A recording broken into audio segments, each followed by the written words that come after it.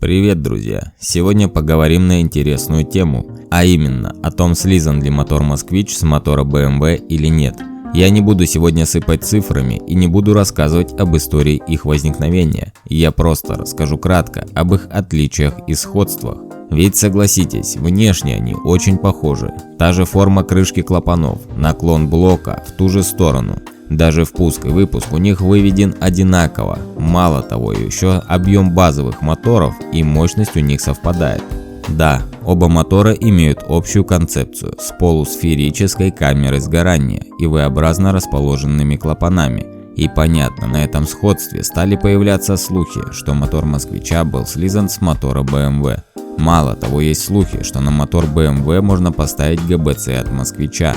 Но давайте пробежимся по их отличиям. И первое, внешнее и не столь явное, это угол наклона мотора. Как ни странно, он разный и отличается на 10 градусов. Другое отличие – это другая система смазки. Даже расположение и привод бензонасоса отличаются конструктивно. Если говорим про BMW, то насос расположен непосредственно внутри поддона картера и имеет привод от цепи. Насос же Москвича расположен в передней крышке блока и имеет общий привод от распределения зажигания и приводится в движение от коленвала с помощью шестерни. При общей схеме распредвала есть серьезное отличие. Смазка распредвала у мотора BMW идет в основном за счет флейты, расположенной в головке блока цилиндров. Уфимский же мотор довольствуется лишь подачей масла через полый вал и коромысла клапанов. Естественно, маслоканалы у них не совпадают. Второе отличие – это разница форм камер сгорания.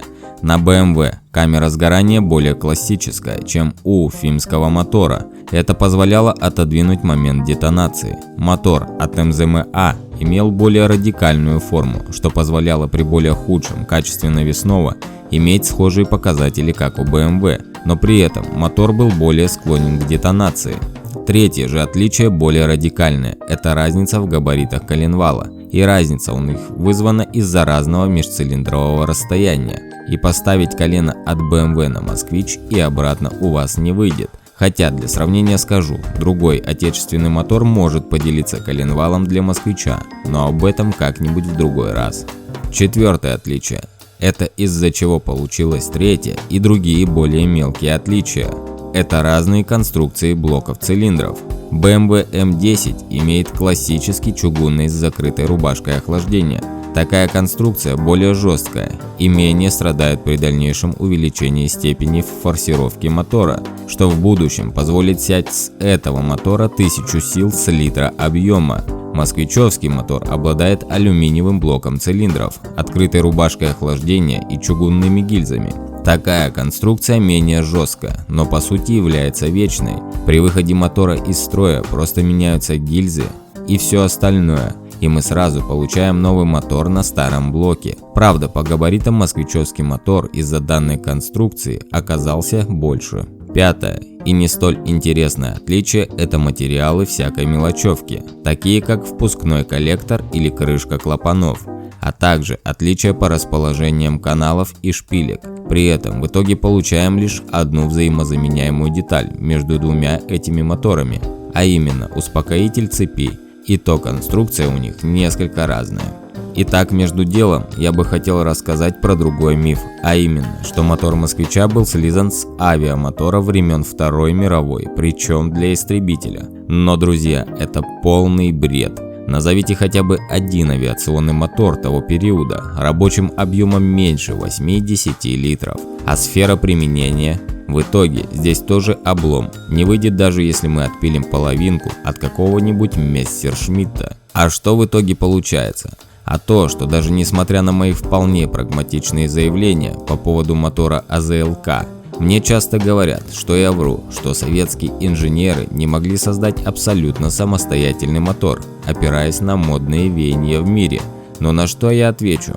Такие моторы становились довольно популярны. Напомню про то, что на дворе стояли 60-е и 70-е, ибо каждая автомобильная держава так или иначе пыталась приспособить полусферическую камеру сгорания на гражданском автомобиле.